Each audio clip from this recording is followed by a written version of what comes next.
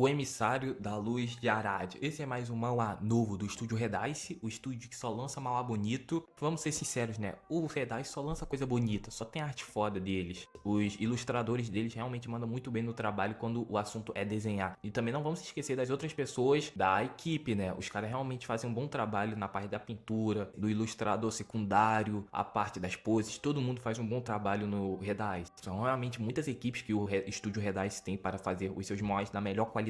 E hoje nós estamos com uma obra de um ilustrador que já tem uma obra sua bem famosa até, que ele tá trabalhando na obra do Final do Mundo, que é uma obra do mesmo autor de Orv, que também é do estúdio Redice. Então o estúdio Redice às vezes tem uma mão boa para escolher algum manhwa, só que às vezes não. Infelizmente essa obra cai no segundo tipo que eu acabei de falar, que não é uma obra muito boa, pelo menos eu não achei ela muito boa. Bom, é uma obra mediana, com jogo, envolve jogo, então eu não gosto muito desse tipo. Eu já gostei há muito tempo atrás, e se tiver harem, aí que eu não vou gostar muito mesmo. Mas a obra é muito bonita, ela realmente é muito bonita, como a maioria do estúdio Redice. Então é uma obra que você vale a pena acompanhar ela só pela arte. A arte realmente muito aconchegante e muito chamativa para você ler esse manhwa novo que eu estou falando. Então vale a pena dar uma olhada, mesmo que a história seja ruim, vale a pena acompanhar. E agora eu vou falar um pouco dessa obra, desse começo, um pouco intrigante. A gente não percebe quem é o protagonista, na verdade, até aparecer que é um jogo e que o protagonista, na verdade, é o cara que estava na Terra jogando esse jogo. Mas é interessante e vamos acompanhar isso.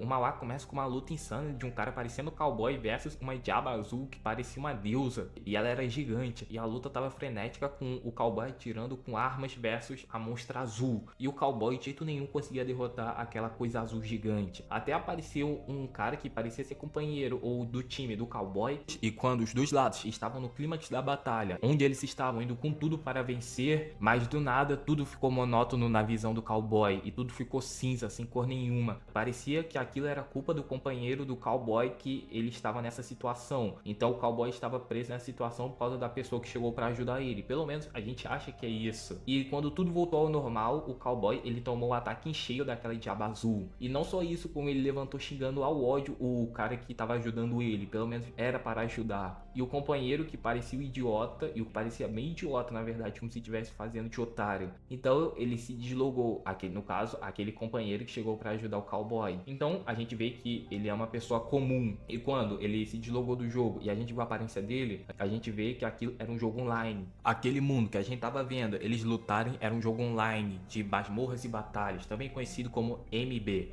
O jogo acontece em Arad, que esse nome Arad que também tá no título da obra, que é o nome do mundo desse jogo. Aí tem um clichê desse tipo de manhwa, de mundo de jogo, que o mundo que a gente vê, a história se passa em um jogo online. E também tem o flashback de como o protagonista conheceu esse cowboy que parecia um esquisitão que falava igual doido, falava igual um personagem de jogo. Mas o protagonista é alguém que arrisca sua vida por visualizações. O protagonista é um cara de 29 anos chamado Baek Shisun, um jogador veterano desse jogo, que faz upload de vídeos tutoriais desse jogo. E o protagonista também, em um momento de raiva por ouvir o fórum, ele acaba tirando o cabo do PC da tomada com o pé. E quando ele liga o PC novamente, e quando ele ia apertar com o mouse no atalho do jogo para entrar no jogo, tudo se quebrou. Literalmente tudo, como se fosse uma quebra de dungeon. O quarto do MC, entre aspas, se quebra a parte da frente da tela. Tudo vira uma bagunça. E do nada, simplesmente do nada, o MC estava na mão de um ser feminino que parecia uma deusa. Ela era gigante, era imensa. A deusa lá falou uns bagulho doido para o MC sobre ele quebrar alguma coisa lá e que ele deveria assumir a responsabilidade disso. Ele não entendeu porra nenhuma. Só que do nada ela mandou ele lá para baixo de algum lugar e ele foi descendo no mundo daquele jogo. Era uma cena linda. O mal realmente estava muito bonita. Aquela cena era muito bonita mesmo. E quando o protagonista recuperou sua consciência, ele estava no corpo